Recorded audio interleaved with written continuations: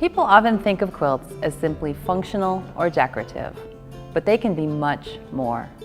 Quilts are often an intimate part of people's lives, so they tell stories of individuals and communities.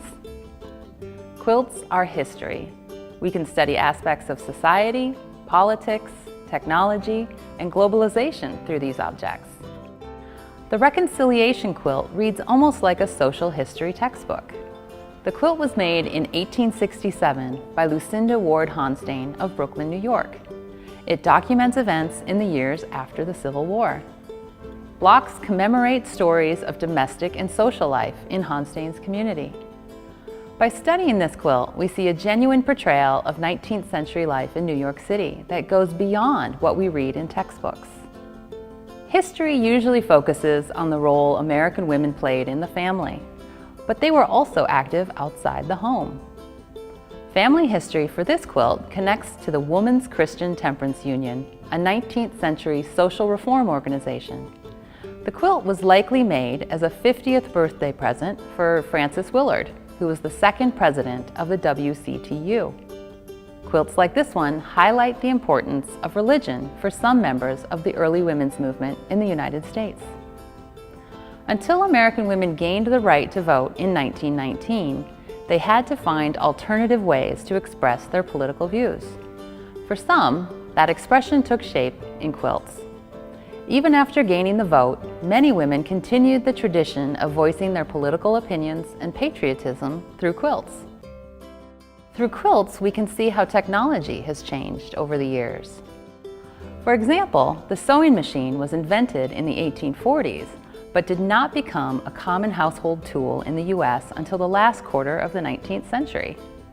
Women were almost immediately drawn to the machine for piecing, but only a few 19th century quilts feature machine quilting. Today, it is much more common thanks to long-arm quilting machines. Quilts reflect their cultures, but they can also reflect cross-cultural interaction. This quilted textile, a palampour, shows the effect of world trade on 18th century Europe, America, and Asia. As trade expanded, so did taste in clothing and interior decorating. Palampours made in India were signs of status and good taste. While most Europeans knew little about Asian cultures at this time, they appreciated the mysterious nature of the fabrics from that part of the world.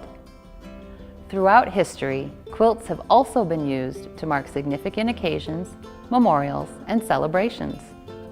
The museum's collection now includes more than 120 quilts honoring those who died in the terrorist attacks on September 11, 2001. With needles and thread, quilt makers expressed their grief and paid tribute to the 9/11 victims.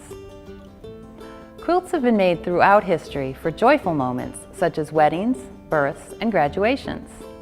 Through commemorative quilts, we gain greater insight into the personal experiences of others.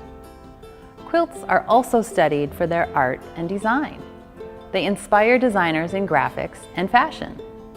While quilts have only recently been viewed as a true expression of art, many artists have embraced quilting and made it their chosen medium. Their artistry has helped elevate quilts from coverings on beds to masterpieces on museum walls. As we study quilts, we identify changing trends that tell us more about the collection.